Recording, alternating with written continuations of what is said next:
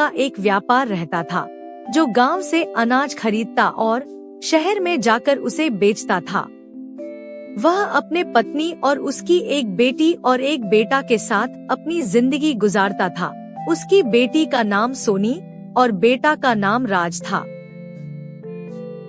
वह रोज गांव में अनाज खरीदता था और उसे शहर जाकर बेचता।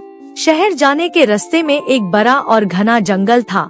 उस जंगल को पार करके उसे शहर जाना पड़ता था। किसी जंगल में एक जादुई पेड़ था, जो हर मौसम में अलग अलग तरह के फल और फूल उगाता था। उसका तना सोने का था, पत्ते हरे और चांदी जैसे चमकते थे। वह एक जादुई पेड़ था और इसकी एक खास बात यह थी कि यह एक जगह से दूसरे जगह जा सकता था। इसी कारण वह रात को पूरे जंगल में घूमता था।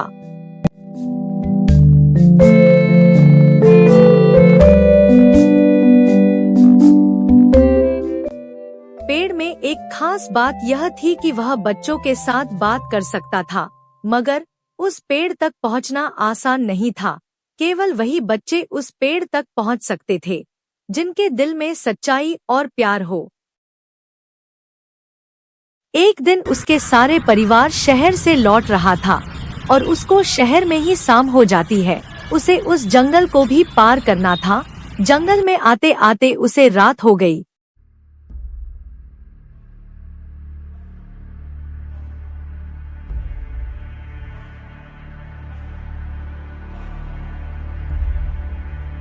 वह जंगल के रास्ते घर लौट रहा था और अचानक उसके गाड़ी का टायर पंक्चर हो जाता है, तो गाड़ी वहीं पर रुक जाती है।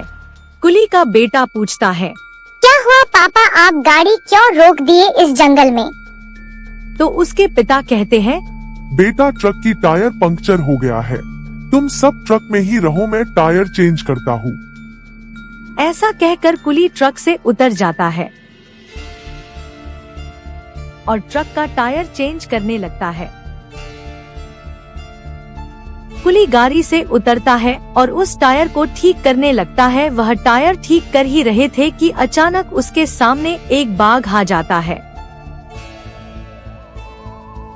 बाघ को देखकर उसके रोंगटे खड़े हो गए। कुली बाघ को भगाने लगता है, लेकिन बाघ नहीं भागता है। कुली का बेटा बाघ को देख जोर जोर से चिल्लाने लगता है। तब उस जादुई पेड़ को उस बच्चे की आवाज सुनाई देती है, तो वह पेड़ तुरंत वहां पर आ जाता है और उस पेड़ को देख बाघ भाग जाता है। उसके बाद उस जादुई पेड़ ने ट्रक को ठीक किया और कुली के बेटे ने उसे थैंक्स कहा। उसके बाद वह घर लौट गए।